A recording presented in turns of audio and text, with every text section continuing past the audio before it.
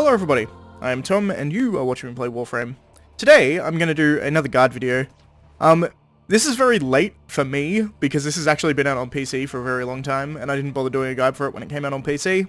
But I figured since all of this Jovian Accord stuff is coming out on console today, I would do a couple of guides just for console players who haven't bothered looking into how to do it yet. But essentially, this is the farm for Wisp. In the second video, I'm going to show how to farm for Hexenon, which is a new material that you need a shitload of to actually build Wisp. But this here is the boss fight, the Roper. I've skipped the first part of the mission, simply because there's a lot of spoiler dialogue that goes along in the first part of the mission. This is the room that you'll come to just before the boss fight. You can see just down there is the boss arena. So you always come to this room and you just hit this elevator button and it'll start the fight, which I'll do in a second. But this is going to be one video showing how to do the boss fight and how to get the parts, and you get all of the parts from this. You get her helmet, her chassis, and her systems, as well as her blueprint. So you get all of the parts from doing this fight, so you just have to do this fight a bunch of times until you have all the parts.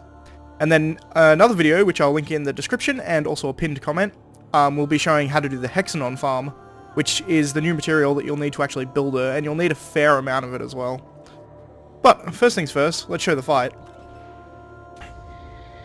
against this big chicken sentinel. Sentinel? Sentient.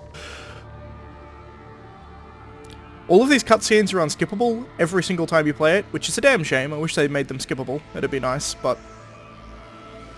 I mean, it's a cool enough cutscene, but... if you're farming, it's kind of annoying to have cutscenes.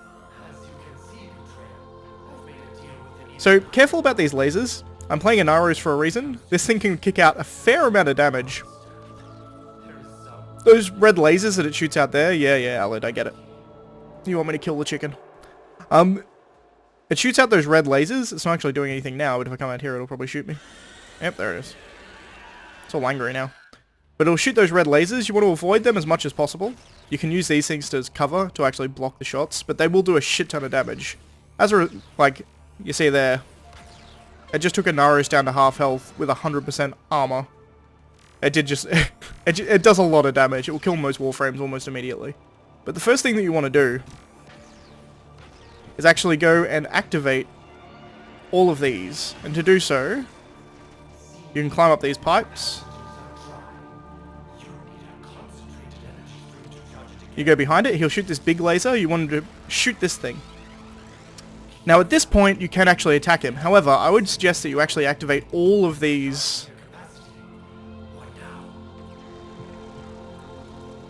Yep, there he is, he's shooting me. I'd suggest activating all three of these before you actually fight him. And the reason is because he has phases. Oh shit. Alright, we're good.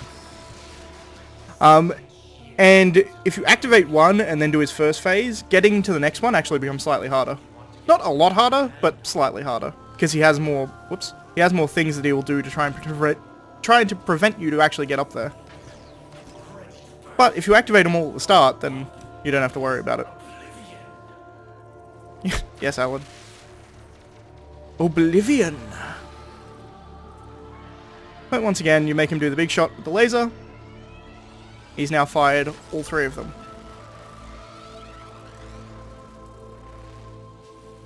Alright, so now what you want to do is you need to go into your operator mode and get rid of his shield, just like you have to do with the Terrorist and the other sentients. After his shield is gone, you can go back into your Warframe. And this part is the least intuitive part. You just jump at him and then hit X. Or whatever the activation code is on console. I don't know what the activation is on console actually, I'll be perfectly honest. But now you can ride the big chicken. And you can control him and you can fly him around.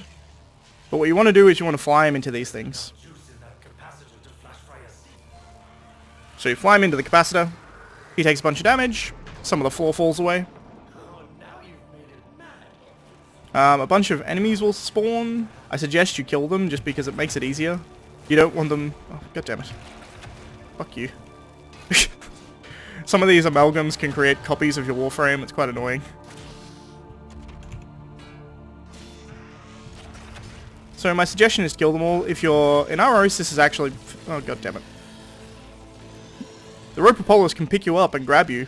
You can actually get out of it by going into your operator form, which is kind of funny, but It does kind of break slightly. He may grab me again. I'm just going to ignore that guy now.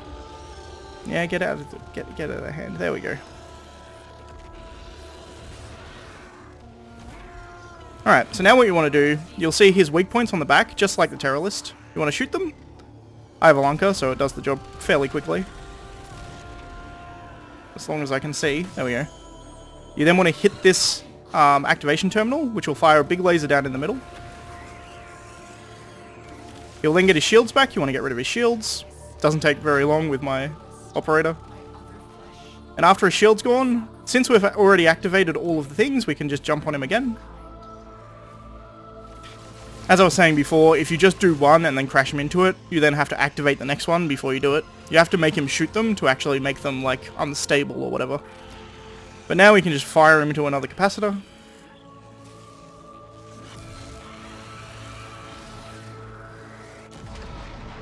The floor gets even smaller. And the enemies they spawn are slightly harder to kill, but not by much.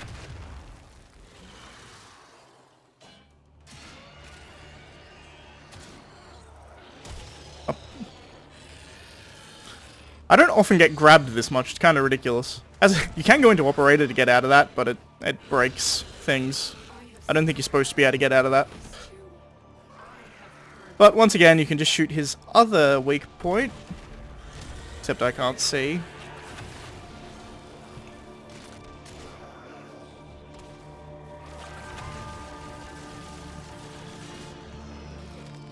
I just want to kill all these amalgams, because they're annoying me. Alright, so then we can shoot his other weak point. There we go. Once again, fire the big laser. His shields will come back. We can get rid of the shields. Wait for him to fly up. Once again. Jump on top of him.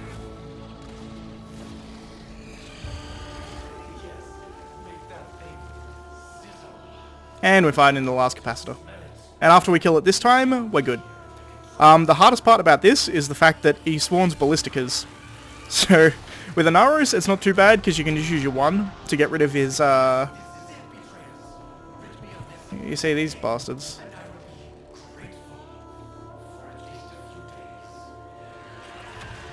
You can now shoot him anywhere.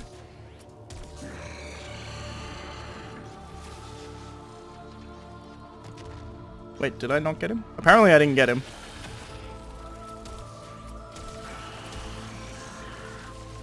As I said, ballistic is really irritating. He will get his health back. There we go. Alright, I got it. And then it'll fire it one last time, and then you don't need to worry about killing the ballisticas, because this will now end the fight. You can kind of just run away from them. And with that, the fight is done.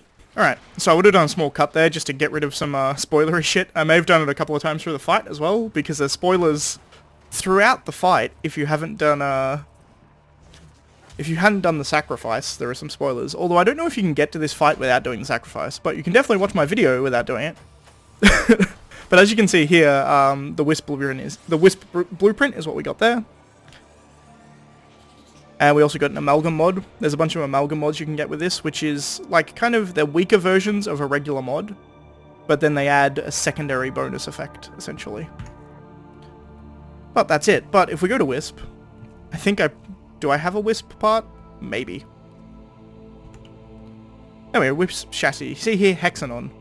That is all the other things you should have. Oxium, alloy plate, argon crystal you'll have to farm because they decay. But Hexenon here is a new material that is required for Wisp and a few other things. I think the guns that came out with it also need Hexenon. But Wisp is the big farm you're going to need for it. I think in total you need